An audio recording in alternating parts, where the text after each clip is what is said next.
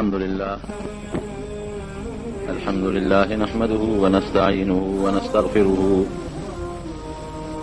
ونستغفره ونؤمن به ونتوكل عليه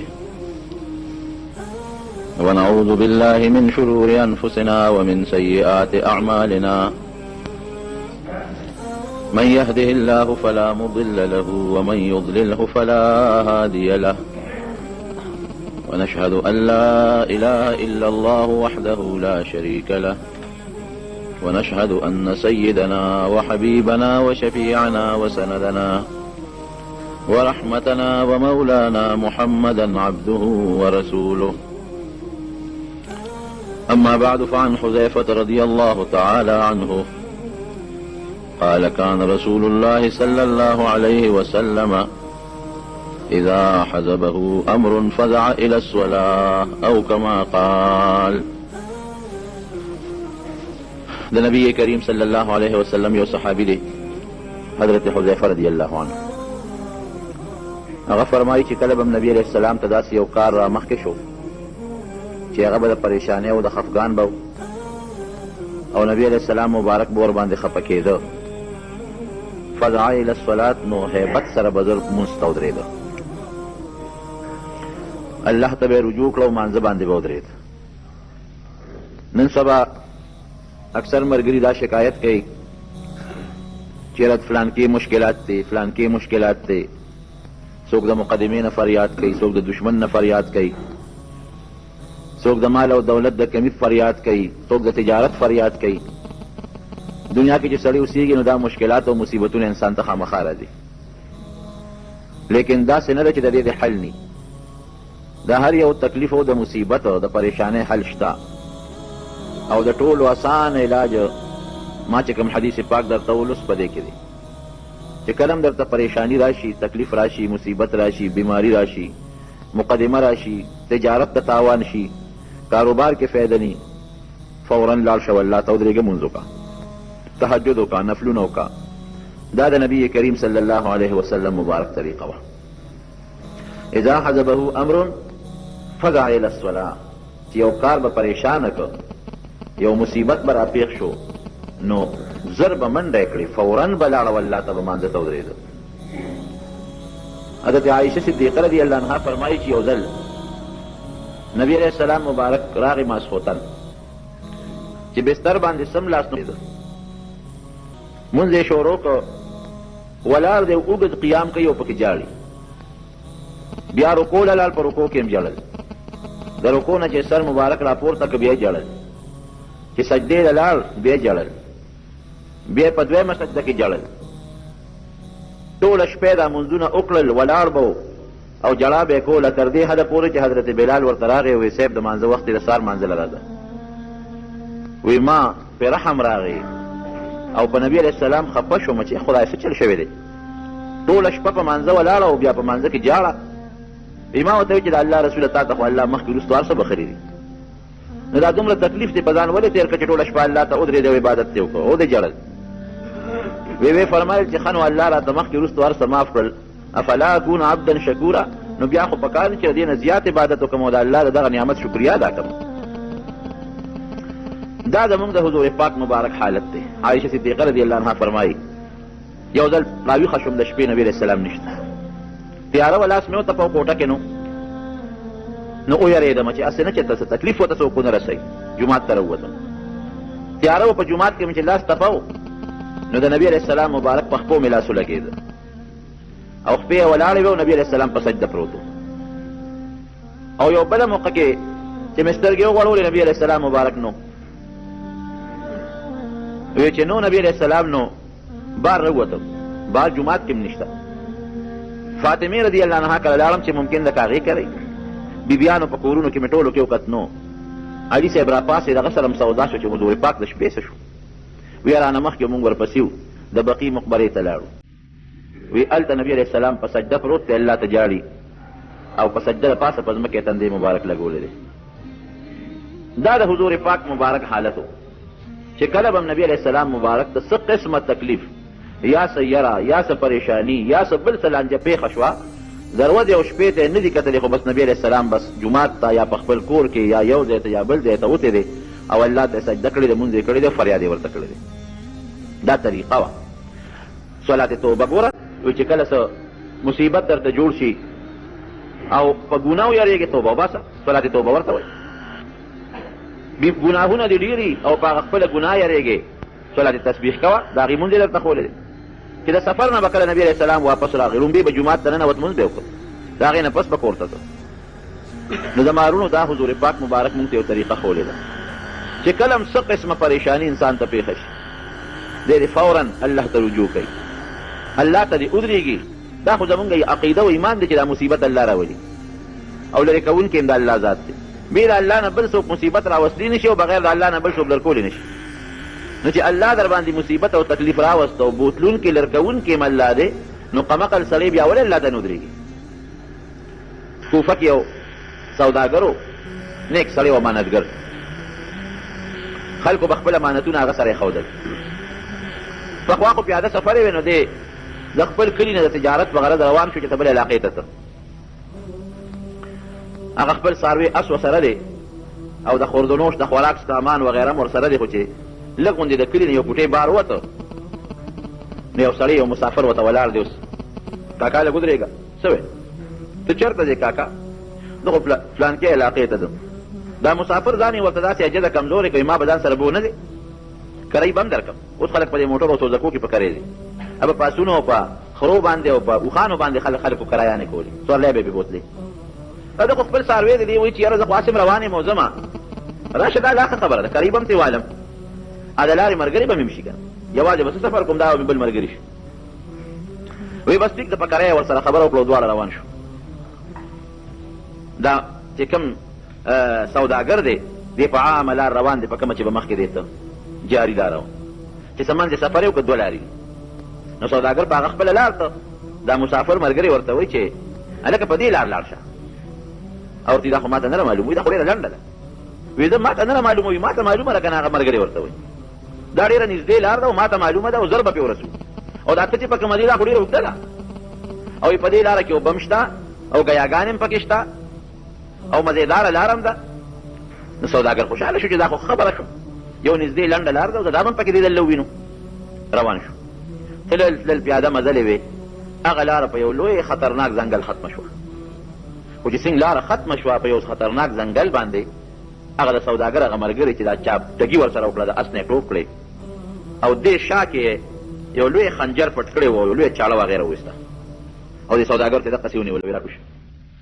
دا خو دې ما سره ظالمه دوکه وکړه. او دا سوداګر وایي چې یو خوا بل خوا مې وکتل، لومړی انسانان هم پراته وو، د چا کپرې پرتې وې او د چا ډوکې پراته وو. ویرېدم چې خدای دا څه په مصیبت وړی ده. وایي ما ویې دې سړي ته چې داسې کار دی چې ته دا څه کوې، دا خو د مال او دولت لپاره کوې، دا اسم ستا دی، دا م واله، او چې ما سره څومره پیسې دی غم در کوم، هر څه واله ما پرېږده. وایي دا سړی راته وایي په خندا شو چې لاول به تا وجنم، وروسته به ستا مال قبضه کوم. دا خو چې تا پرېږدمه نو خو سبا به یو ته م ووایه، بل ته به م ووایه، بیا خو به زما ژوند په خطره کې شي. لومبې به تا وجنم او د هغې نه پس به دا مال زمی. دا سوداګر ورته وایي چې ښه نو یو کار به یې وکړه. اوس بیا کله چې یېدم داسې وکړه چې ما پرېږده چې یو 2 رکعته لمونځ وکړم. دا رونو د مسلمانۍ طریقه ده. ګوره چې تکلیف درته ورسي نو الله ته په مانځه ودرېږه. وایي چې ما پرېږده یو 2 رکعته لمونځ کوم. وایي داسې ویې خندل، وایي چې دا څومره کپرې دلته پرتې دي که نه، دې ټول دغه 2 رکعته کړي دي، چا زیات هم کړي دي، خو دې مانځه ما نه دي خلاص کړی، زه ته هم پکې 2 رکعته وکړم. وایي په مانځه باندې ودرېدم، الحمد مې شروع کړه، خو چې صورت له ورسېدم نو صورت رانه هېر شو. یری په سړي که نه، خدای څه ووایم. وی اتفاقا یو آیات مې خولې له راغی د قرآن شریف، داسې یو آیات چې د دې موقع سره پوره مناسب آیات و. امن یجیب المضطر اذا دعاه، امن یجیب المضطر اذا دعاه، چې یو سړی په پریشانۍ او په تکلیف کې مبتلا شي، دغه پریشانۍ او تکلیف والا به د تکلیف نه څوک خلاصوي؟ بې د الله د ذات نه بل څوک شته چې خلاص کړي؟ نه. وی دا آیت را باندې دا شی بند کوئ نیازلي، دا په دماغ پریشاني جوړه غرار کړي.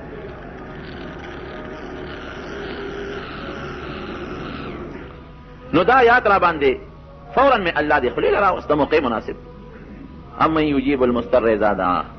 چې یو سړی پریشان شي والله ته سوال وکړي نو پریشانی ولا ما سوا د الله نه به څوک ختمه کړي نشي ختمولی. وی دا آیات چې مې څنګه د خولې نه ووت ورپسې نور رانر ته یېر دي. وی دې کې مې د اسونو ټپار واورېده د خپو څوک شاه سوار را روان دی په تیزۍ را روان دی. وی دا ګنکپ چې دا ما پسې چاړه راایستې د ویدې هغه ته ور مخامخ شو چې دا خو بل څوک په ما پسې څوک راغی که څه چل. وی هغه شاه سوار چې را نږدې شو که نه هغه سره یو نیزه وه. وی دغه غل دغه ډاکو یې په هغه نیزه باندې وکړو.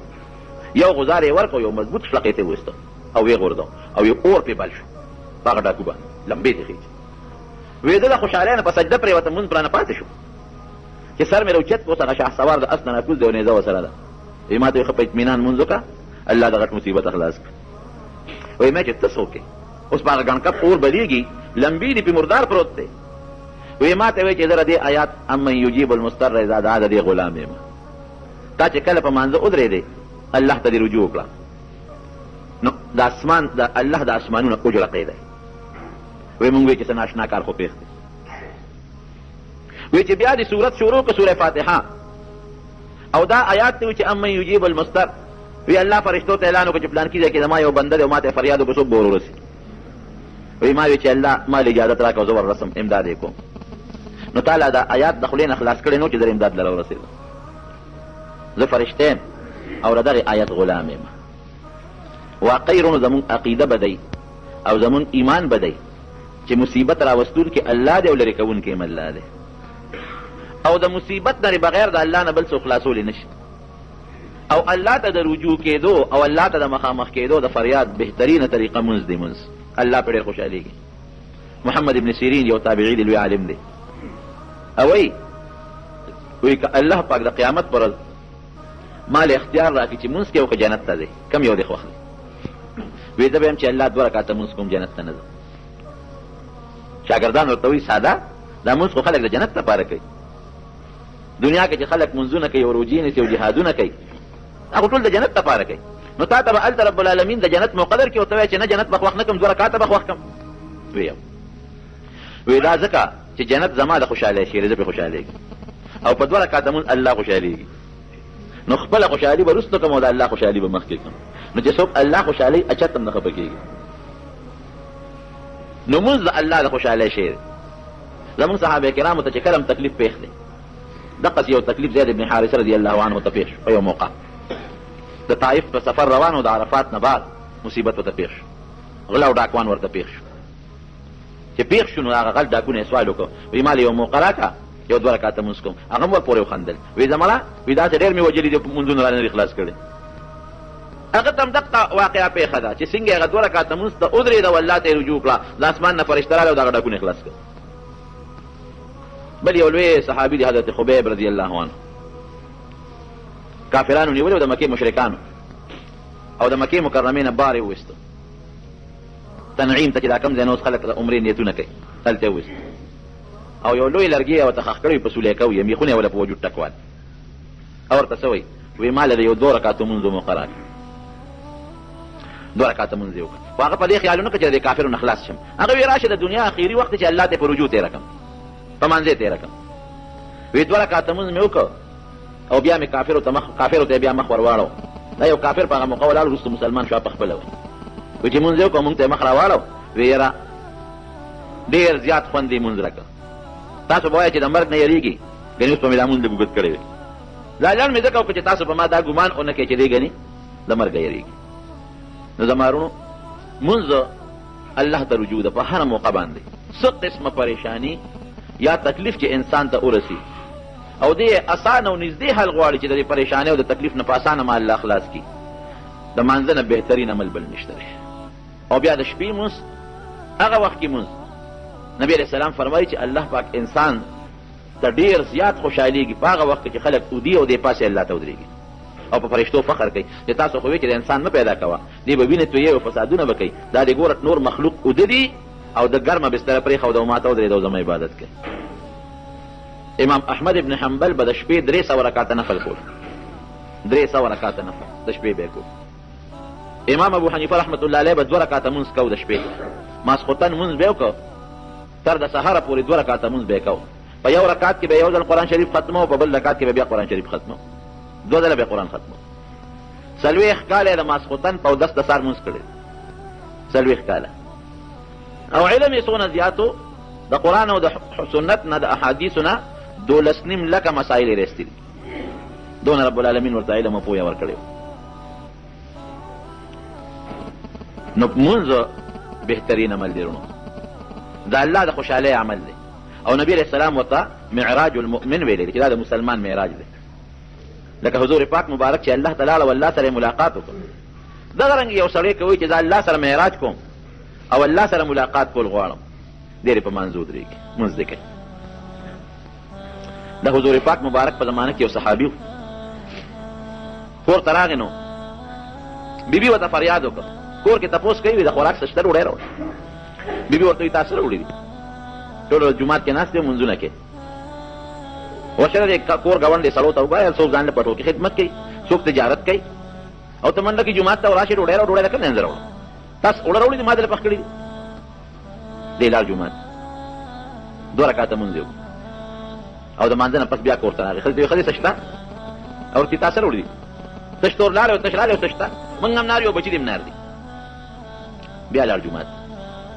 2 رکعاته مونځ یې بیا وکړ چې بیا راغی وایي ښځې خوراک څه شته ښځې پورې وخندلې ته نن لیونی شوې خو نه یې سړي سره وړه چې درله پاخه کړم نو بیا وغواړه زه د کمې سره وړم نه خشاک شته او نه اوړه شته او نه د پخلي څه انتظام شته دی بیا لاړ جومات الله ته ودرېدې پروردګار بل چل مې نه دی زده بغیر د یو کار دقه مونځ مې زده دی که ډوډۍ راکې هم او که نه راکې هم ستا خوښه چې په 3 ځل کور ته راغی وی ښځې څه شته وی سړي راشي یو ناشنا لوبه شروع شوې ده وی میچن تاویږي اوړه راغورځئ نه څه څوک شته چې پکې دانې ور واچوي او نه تاولو والا شته اوس میچن ته خو به غنم ورچوي نو اوړه به راغورځئ او تاولو والا به لاس تاوي نو هغه پل به تاویږي که نه په خپله قدرتي ته ورتاویږي لکه د بجلی مشین چې دې زمانه کې څنګه اوس تاویږي میچن تاویږي اوړه راغورځئ او لګیا مې چې څومره زمونږ د کور لوښي دي هغه مې ټول د اوړو نه ډک کړل هغه پخوا چې ته یو قصه مشهوره ده دروغ به یې خو خیر دی عبرت ته هغه سړي به وایي هګۍ به د چرګې به سرو زرو هګۍ اچوله چرګه سرو زرو نه اچوي خو یا عبرت خبره ده ویې ده چې راشه په مرۍ وله چاړه کېده چې غونډې دي په یو ځل راوباسم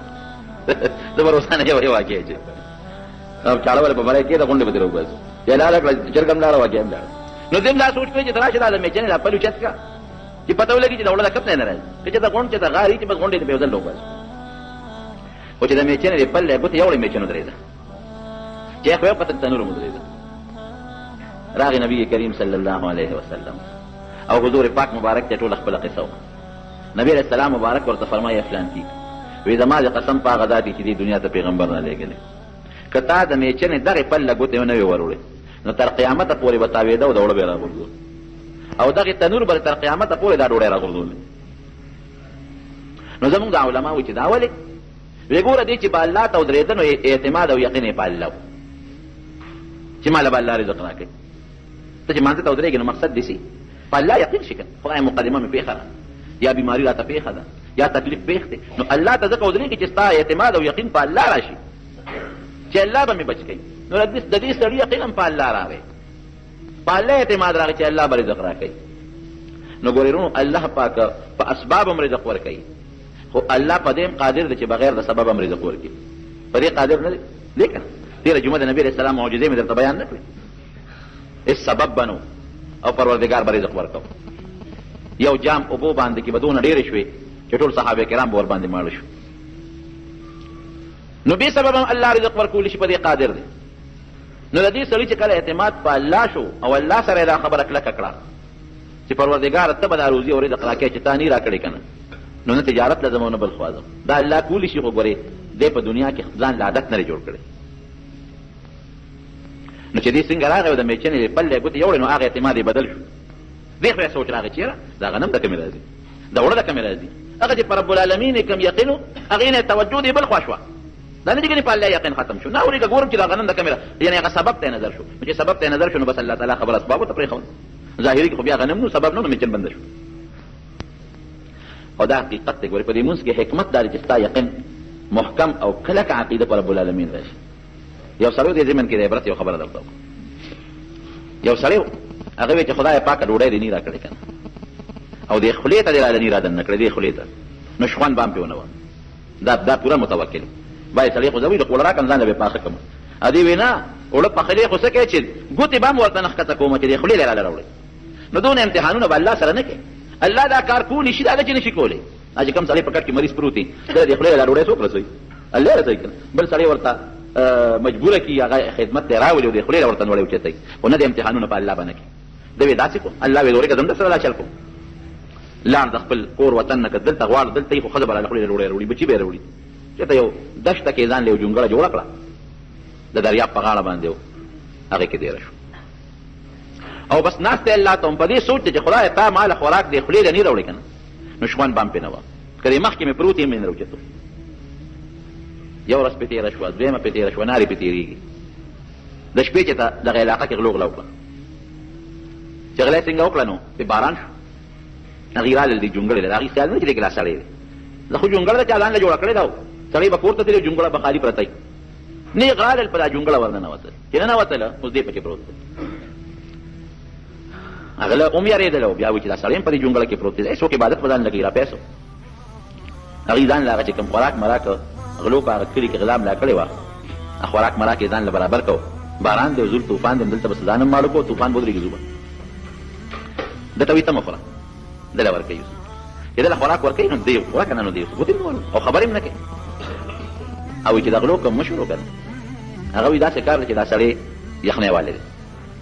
د ژمي دی سختې هوا والی دی او دا ناجوړه دی. او ظالمانو خپل خوراک وروستو کوي او داسې کوي چې لاول دا سړی داسې غم پکار دی. یعنې که دا مړ شو که نه او سبا مونږ چې ته ونیوي شو نو وایي چې دا سړی هم تاسو وجلی دی. وایي ده سره څوک وایي بس یخني شوې ده اور ورته بله مونږ به هم ګرم شو دی به هم ګرم شي، اور یې ورته بل کړی چې بل کړی.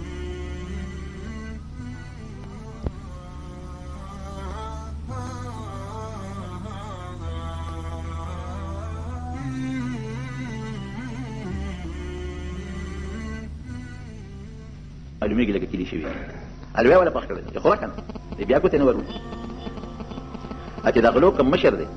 هغه ویل لکه یو چل کوو. دا څاروي چې کله ناجوړه شي که نه، ما هم دا غواز مخکې ساتلي دي چې څاروي کله ناجوړه شي نو دې دا ګیا نه خوري، نو خلک ورته په خوله کې په زور ګیا ورباندې داسې ده که نه. وایي چې شخوان یو ځل واري نو بیا به خوري. نو هغه د غلو چې کوم مشر دی هغه وایي داسې کار کوو چې دا خوله ولا واده و دا جامې کلي شوي دي. نو یو نوړی الواک هم په دې خوله کې ور ومنډل او لږ یې خوله وګرځېده بیا په خپله خوري. نو چاړه یې راواغېسته چې په دې غاښونو کې ور منډو په زور ولا جامې کولاوه. نو چې څنګه یې چاړه راواغېسته او دله په دې غاښونو منډي دله خندا ورغېده، په خندا شو.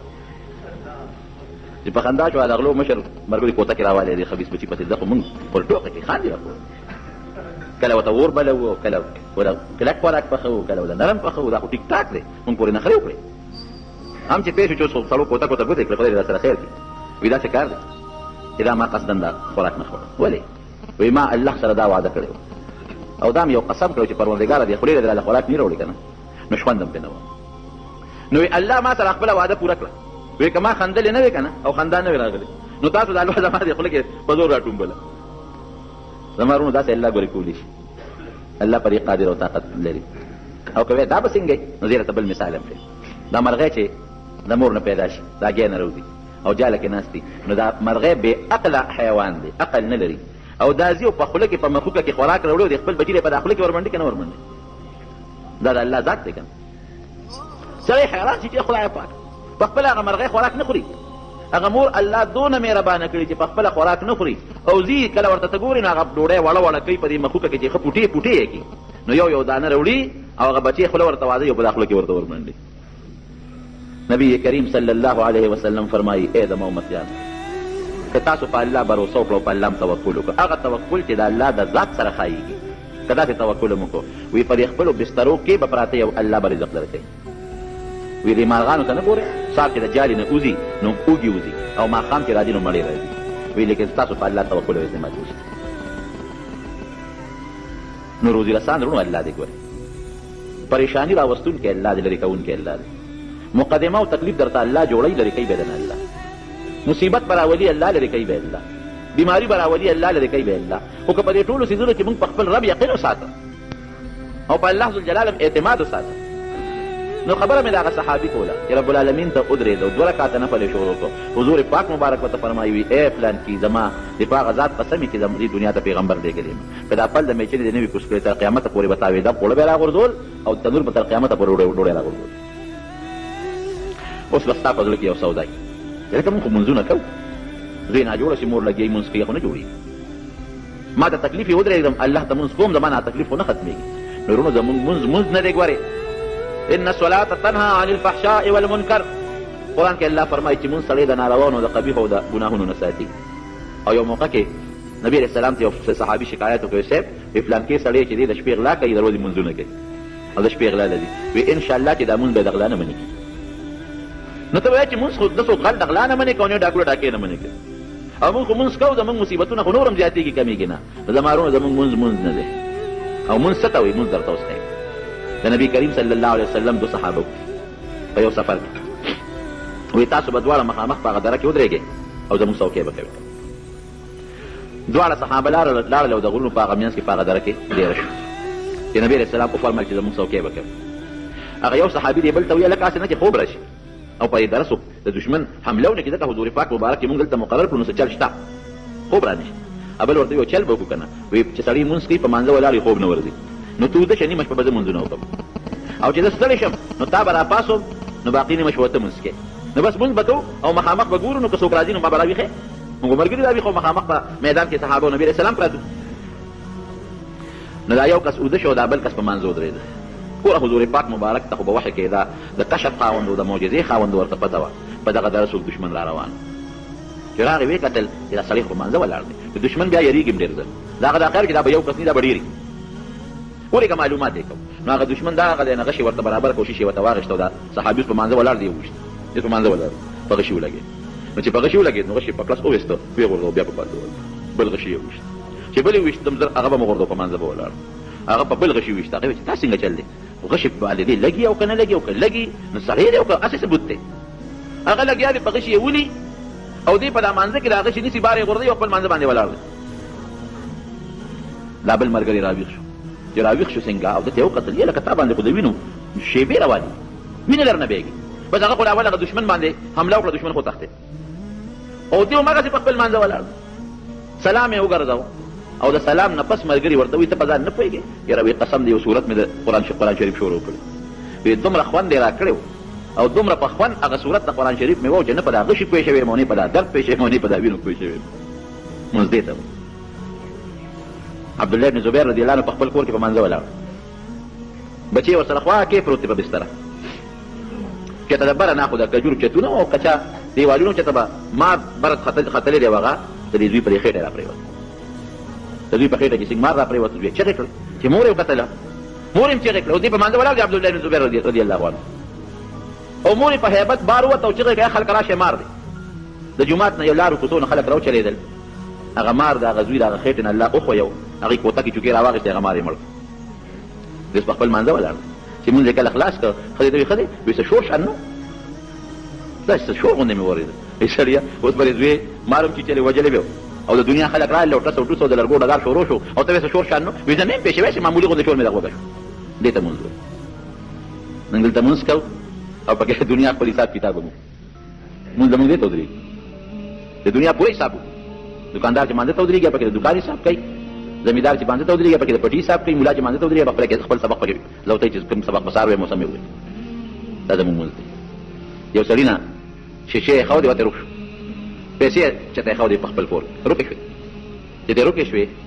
سوچ کوي چې خدایه پیسې مې کوم ځای ښې دي پیسې مې کوم ځای کې ښودې یېرې مې یا خپل استاد دی صاحب پیسې مې چې ته کور کې ایښې دي اوس نه یم پوهېږم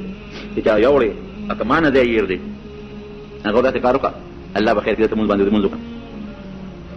په مانځه ودرېده چې په مانځه ودرېد مانځه کې ورته ډېر یاد شو لکه پیسې خو مې پلان کې دی کېږي چې سلام یې وکړه ورغلی وال هغه دی وکړه پیسې پکې پرتې وي خپل استاد ته لاړه ورته وایي دا څه مسله وه نو یې ګوره وایي دا شیطان ستا په دماغ یو دغه راوسته یو وسوسه راوسته ا دې نه یېر کړ نو په مانځه کې ته ودرېدې نو شیطان خو هلته کې په مانځه کې خو شیطان وسوسې بیا انسان ته اچي که نو شیطان پوه شو چې دا خو لږ مصیبت دا خو دې په مونځونو اوس 2 رکعاته پس بیا 2 رکعاته دي 2 پسې بیا راشه ضرور ته پیسې یادې کړه چې مونځ پرېږده د خپلو پیسو پسې ځي زموږ دغه مونځ دی مونځ ته چې ودرېږو څومره چې زموږ د ورځې حساب کتاب یې ټول په مانځه کې وکړو دا زموږ مونځ دی دا وایي مونځ خو مونږ د نارواو نه منې نه کړو نو تا مونځ وپسه ګپ شپ دې ولګ مونځ خو مونږ د غلطو نه خلاص نه کړو مونځ خو مونږ د مصیبت نه خلاص نه کړو مونږ خو مونځ کوو تکلیفونه خو نور هم زیاتېږي تا مونځ کړی دی رښتیا وایه مونځ دې ته وایي حضرت ابو هریره رضی الله عنه عمر د نبي علیه السلام سره ډېر تېر کړی اوس د 3.5 کاله تقریبا او احادیث د نبی رسول الله نه 15,315 یا تقریبا نقل کړي دي. نو بعض صحابه به داسې غونډې طنز غونډې کاوه وستا وخت لګ د نبی رسول الله سره او دون احادیث د نبی رسول الله نقل کړي دي. نو دی هغه صحابي ته وایي یو تاسو ته نه وي وی بیګا نبی رسول الله مسوتن په باندې کې کم سورتونه لوستي دي. وی موږ د نبی رسول الله په دې نه کړي وی کړي به کنه خو کم پکې لوستي دي. هغه حیران ایرو وی تاسو دغه موږ دي دغه حال چې دا راته یاد نه لري امام صاحب په مانځ کې کم سورته لوست راته یاد نه لري. وی دا ولې وی تاسو بلګیاو تجارتونه بم کول او چا خپل زمیداری کولې او یا ابو هريره ځان ته کوتونی ولې ابو هريره با فنار او په لوګه د پیغمبر علیه السلام سره دیره حدیث په دې ځکه نو موږ هم امام پسې موږ وکړو او دا پته راته نه لګي یو ځل په مانځ کې خطا شوم یو مرګري وی درې دی او بل وی سلور دی او بل 15 دی وکړه مې دغه خطا شوم انسان دې خطا کیږي نه چې کوم مقتدیان را پته ولا واقعي کوم یو قصوت برابر نو خدایم دې خلکو منځونه خپل امام منځو پته نه لګي سره وړي کړی او کنده کړی د امام پته نه لګي هم په سوچ کړي او د مقتدیانو کې څه ذات نشته چې هغه ته پوره رکعاتونه یاد وته چې دوره دی وکړل. یو تلې په مانځه ولاړو او یو عاشق ته په دې شک کې مبتلا هغه خپل معشوقې په سوچ کړي د مخ کې تیر شو یعنی نیک سړی د شیخ مخ کې تیر شو نو دې خپه شو چې لکه دا ما مخ کې داسې په مانځه ولاړم ما ته سوچ نشته چې مونږ اخلاص ورغلي ولې مړ نه کړل دا خدای به خو باسه ما ته نه په مانځه ولاړم داسې تاویږي پر داسې تاویږي او ما پرې سړیا وای څه غلطي مې وي په مانځه نو ولاړه وی غلې کې وې دې یو مجازي معشوقې په سوچ کې مجازي معشوقې او ما ته دا پته نه لګي په مانځه ولاړه هغه خپل معشوقه په سوچ کې تا نه نیم خبر چې ته په مانځه ولاړه او ته د حقيقي معشوقې په طلب کې او تا ته ځخکار مې د اسلام کې تیرېږم را تیرېږم لا سړیا ګره دې بڑو پوری ذکر ته موږ کوی په مانځه کوی حقيقي معشوقه ته په مانځه ولاړه دا زموږ نو سړی چې مانځه باندې ولاړ یو او الله ته توجه یو په صحیح طریقه منځو کې نو الله کتاب دروغ نه وایي ان الصلاه تنهى عن الفحشاء والمنکر تعبیرات پکې نه کوي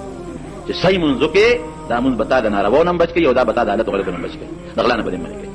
او صحیح منځ کړي صحابه کې چې اندام به اوس اپریشن کوي خلک لاس خاشي اخپس خاشي نو اپریشن ولو کې اندام ته پریږي هغه د نشستن ورته په هغه زمانه کې خو د نشستن نه اپریشن ټیټر وي نو چې صحابه باندې بکله داسې تکلیف راغی چې لاس یې خپل به پرې کوله وی صبر وکړي چې په منځو درېږي نو بیا به لاس خپل پرې کوي د حضرت علی رضی الله عنه په وجود کې غشن خدای غشي ناغشي تاسو په عجیب ګر کې بکتلی هغه کې وزر شانتي چې په وخت کې ورشو بیا راوباسي کنه نو هغه بل هغه ځان سره راوباسي نو چا وی چې هغه شي به څنګه راوباسو وی صبر وکړي په منځو درېږي راوبې باسو نو چې په منځ باندې ودرې هغه شي تر وست نو چې مونږ اخلاص ته سلام وګرځو هلکه دا د شور رسو دومره پوهه نه شو چې د ما د وجود نه غشي وزي پته وته نه لګي چې دا غشي دی او دا پته وته نه لګي چې زمانه ګوت پرې کېږي او زمانه لاس پرې کېږي په مانځه بودرې داسې الله ته نشو حضرت ابو طلحه رضی الله عنه په باغ کې مانځه ته ولاړو باغ او باغ قیمتي اعلی ناګان یو مرغه رااله اباغ دونه ګورو یا مرغه به کله په یو طرف الوته او کله په بل طرف الوته او کله په بل طرف الوته دونه ګورو هغه باغ چې هغه مرغه لار نه منتظر دی باغ نه وځي دی وته په تماشه شو خوشاله او چې داسې خشته باغ مې دومره ګور دی او چې سلام یې وکړ اوه دی باغ خو د مانځه نه وېستم خشوع خضوع علی خراب کړه فورا د الله په نوم غون باغ وقفت چې کوم باغ زما د الله په منځ کې رکاوټ پیدا کیږي او زمانه منځ خرابوي دا باغ د الله په نوم وقف نو كان رسول الله صلى الله عليه وسلم اذا حزبه امر فزع الى الصلاه ده حضرت حذیفه بن اليمان رضی الله عنه حدیث دی چې کله به نبی رسول الله مبارک ته څه قسمه پریشانی پیښ شوه مانځه ته ودرېد حضرت عباس ته نه وي کاکا راشه یو شعر ته خې دا چې سیس چې لس قسمه ګناهونه معاف کړي الله نو صلاه تسبیح وته بس صحابي راغی وی صاحب ګناه مې صلاه توبه وته خو چې څوک نبی علیہ السلام ته راغلی او د پریشانۍ شکایت یې کړې دی بل یو صحابي راغی وی صاحب ګناه مې وکړه وی غرق شم تباه شم هلاک شم وی ولې وی بس ګناه یو خطرناک ګناه را نه شو هغه وته ونه مونږ یو اصلي بیا راغی وی صاحب ګناه سره بس کوم وی مونږ موږ سره وکړه نه وی او وی بس چې مونږ یو کار سماف شو کنه مونږ بهترین عبادت دی الله تعالی رضا او د مسلمان د خپل پروردگار سره معراج دی معراج حضرت ابو بکر صدیق رضی الله عنه په مکه مکرمه کې کافر وطن کو ډیر ځاتې تکلیف کې کو نو هجرت وکاو نو یو کافر دی په مکه کې هغه ولا راغی ابو بکر سکه وی دم حبشه ته وی حبشه کې سکه وی په مکه نه تختم هجرت کو ولی وی د خپل قوم نه پریږدي راځه سړی وی ولی بل نه پریږدي زه د لامن در کوم اره واستو پورته دنه کو په مکه کې اعلان وکړ او د مکه سرداران ټول راغون کړ وی ګور ابو بکر خو ډیر خسړی شریف انسان دی زموږ د قوم سره دی تاسو ولې څنګه وی پرېګه دې پوښ خپل دیني پوښ خپل عبادت پوښ هغه سرداران د مکه وی وتا د ابن سعانه په چا مان ورکاو وی دا څه کار چې موږ ته غږ نه کوو خدای یو کار شروع کړی دی راوځو د خپل کور مخ کې ځان له جمعه کې جوړ کړی هغه د کور مخ کې ځان له ورکوټ چې بوتل جمعه جوړ کړو او دې کې مسکې او قران شریف په زور تلاوت کوي نو زمونږ بچی راشي ورته ولاړي زمونږ ښځې راشي ورته ولاړي او چې ابوبکر صدیق په تلاوت کو نو ده به ژړل او رښتونی تلاوت هم دغه چې سړی ورسره وژاړي او نبي علیه السلام فرمایي چې تلاوت سره وژاړه که جلا نه درځي نو په زور ځان په ژړا کا ژړغونې که ځان وي دې ژاړي زمونږ بچي او ښځې ورته ولاړي نو مونږ یېرېږو چې هسې نه زمونږ ښځې او بچي د مسلمانان نه شي نو مونږ ابوبکر ته غږ نه کوو چې تا امن ورکړه مونږ هم امن ورکوو خو په دې شرط چې دې به د خپل مونځ کور کوي بار به نه کوي ابن سعد راغی ابوبکر صدیق رضی الله عنه ته وایي چې صاحب بس داسې کار دی چې ما د امن واغېست څوک ورته غږ هم نه کوي خو ته مهرباني وکړه د خپل مونځ په خپل کور کې دننه کوه ټیک شو سوره د حضرت ابوبکر خپل مونځ به کور کوه خوند یې ورنه کړه بار راووت بیا خپل جومات کې لارې په غاړه یې ځان له چبوتره جوړه کړې په مانځه به ولاړو او په زور زور به تلاوت کو او ژړل به